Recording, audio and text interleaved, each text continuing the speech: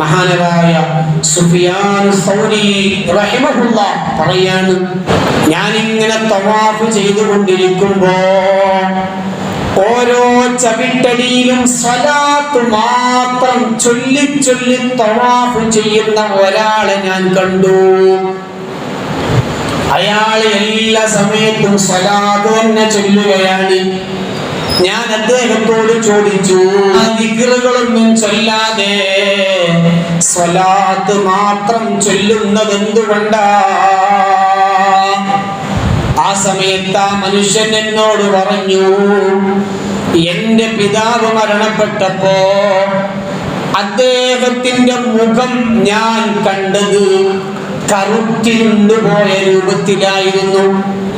എന്റെ പിതാവ് ജീവിച്ചിരിക്കുന്ന കാലത്ത് നല്ല മുഖപ്രസന്നതയുണ്ടായിരുന്നു. പക്ഷേ മരിച്ചു കിടന്നപ്പോ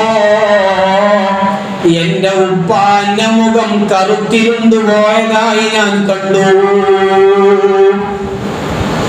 കുറെ കഴിഞ്ഞപ്പോ ഉപ്പാന്റെ മയ്യത്തിന്റെ അരികിൽ ഞാൻ അങ്ങനെ ഇരുന്ന് ക്ഷീണിച്ചു. ഞാൻ അങ്ങനെ മയങ്ങിപ്പോയി.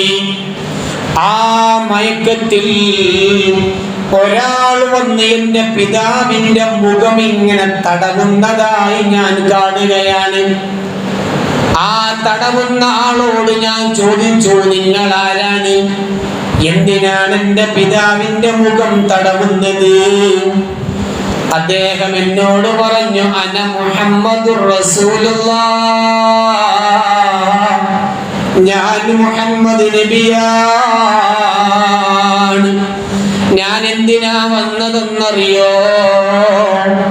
നിന്റെ പിതാവ് ഇങ്ങനെ കറുത്ത മുഖമായി കിടക്കുന്നത് എനിക്ക് കാണാൻ കഴിയാത്തത് കൊണ്ടാ. അതിന്റെ കാരണം എന്താണെന്നറിയോ? നിങ്ങളുടെ പിതാവ് ദിവസവും വളരെയധികം സ്വലാത്തുകൾ ചൊല്ലുമായിരുന്നു. ഞാൻ ഉറക്കത്തിൽ നിന്ന് എഴുന്നേറ്റു. എന്റെ പിതാവിന്റെ കഫം പുടവ ഞാൻ അങ്ങ് മാറ്റിയപ്പോ എന്റെ പിതാവിന്റെ മുഖം പ്രസന്നമായതായി കാണുകയാണ്. അൽഹംദുലില്ലാഹ്, എന്റെ ഉപ്പ സ്വലാത്ത് ചൊല്ലിയ കാരണത്താലാണല്ലോ കറുത്തിരുണ്ടുപോയ മുഖം പ്രസന്നതയുള്ളതായി മാറിയത്.